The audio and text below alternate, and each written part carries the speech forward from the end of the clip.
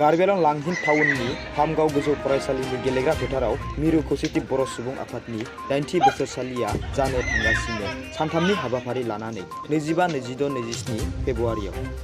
लोगोसेयैनो बे हाबाफारिखौ खुंफुंनो थाखाय कार्बि आंलं लांहिन खौसेथि बर' सुबुं आफादनि गोख्रों खामानि मावनायजों जाफुंनो थांगासिनो।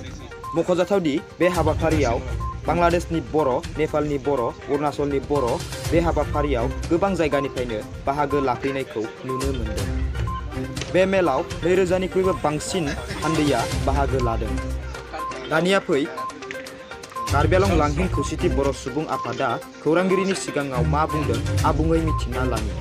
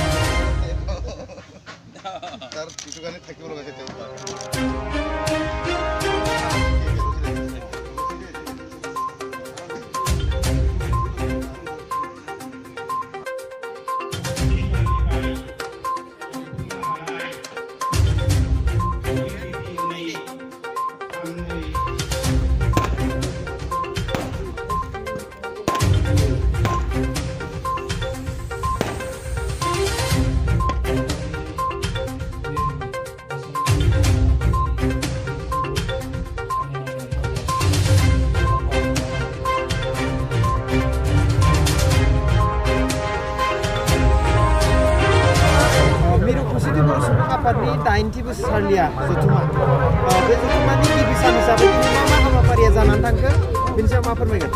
खौसेथि बर' सुबुं आफादनि 90 बोसोरसालिया जथुमा दिनैनिफ्राय जागायजेनदों लांहिन नोगोरनि बे कार्बि आंलं जिल्लानि सिङाव थानाय। दिनै फुंनिफ्रायनो जोङो प्रग्रामाव थिखानाय लेखायै जोङो खामानिफोरखौ मावलांदों।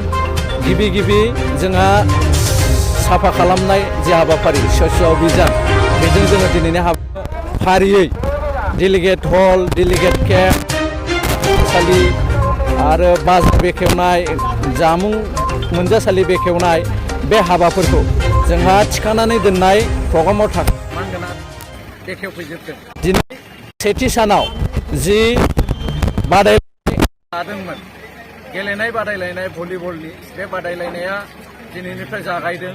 दिनैनो जोङो फ्राय 22टा जिल्लानि 22टा टीम दिनै भलिबल बादायलायनायाव बाहागो लादों। बिथांमोनहा गेलेगासिनो दङ। थुनलाइयारि बादायनायबो हाबाफारि जागायदों। खन्थाइ आवरायनाय आरो स्पर्ट खन्थाइ लिरनाय जायगायाव खन्थाइ लिरनाय जि बादायलायनाय बे बादायलायनायाबो जोंहा जादों। दसे सिगांसो जोङो जि मेरु मावफुं जथुम बे मेरु मावफुं जथुमा जोंहा जोबनानै थांदों। गोबां आयदानि सायाव जोङो दिनै मेरु जथुमा जोङो सावरायबाय। दा दसे उनाव जोंहा डेलिगेटआ जागोन। डेलिगेटनि मानगोनां बेखेवगिरि बिथांमोनहाबो जोंहा फैनानै दंखायो आरो एसे उनावसो जोङो बुहुम शान्ति हास्थायनानै आरो गोजोनखौ नागिरनानै जोङो आलारि बाथि सावनाय मोनसे हाबाफारि जों लागोन। बेयो दसे उनावनो जोङो बे हाबाफारिखौ जागायगोन। आरो गाबोननि समाव आरो समफोरनि समाव माबायदि हाबाफारि दङ बेनि सायाव एसे फोरमायनो हागोन नामा? गाबोन फुंनिफ्रायनो फुङाव जोंहा फिरफिला बिरहोनाय हाबाफारि 9 बाजियाव फिरफिला बिरहोनाय हाबाफारिया जागोन।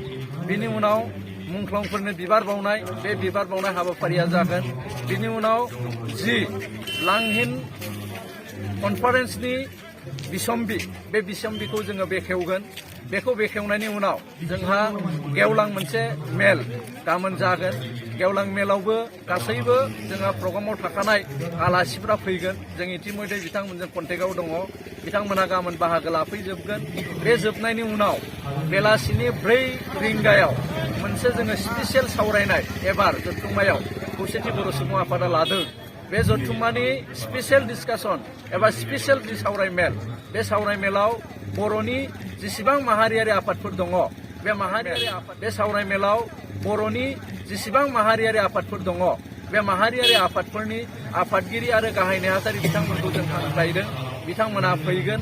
गाबोन जोङो गासैबो बर' नाङैनो बर'नि प्रब्लेम्सफोरखौ बे गासैबो बर'नि मोखां आफादफोरजों रायलायलायनानै मोनसे थांखि लानो हागोन होननानै जोङो मिजिंथिदों। बे थांखिजोंनो जों भबिष्यतनि दिनाव जोङो बर' जाथि दानायनि बागै खामानि मावगोन नैबे बाथ्राखौ जोङो सानदों। बे समाव गासैबो जिल्लानिफ्राय बिटिसिनि बायजोनि एबा बिटिआरनि बायजोनि फ्राय 22खान जिल्लायाव जोंहा जिल्ला खौसेथि बर' सुबुं आफाद दङ।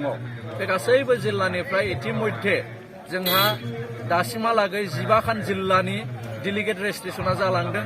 दासिमहालागै 20,000निबो बांसिन जोंहा जे जिल्लानि थान्दैफोर बे थान्दैफोरा फैजोबगोन, रेजिस्ट्रेसन खालामजोबगोन। दा जोङो मोनसे आसा खालामदों जे गासैबो जिल्लानिफ्राय जे थान्दैफ्रा ज' फैदों बेखौ नुनानै जों सानदों एबारनि जि जथुम्मा बे जथुम्माया जाफुंगोन। जिहेतु हाइस्ट मोनसे फराम, बे जथुम्मानि गेजेरजों जिहेतु जोङो माखासे डिसिसन लाथारगोन आरो बे डिसिसनखौ आं सानदों गाबोन नोंथांमोननि फरामनि गेजेरजों जोङो फोसावगोन।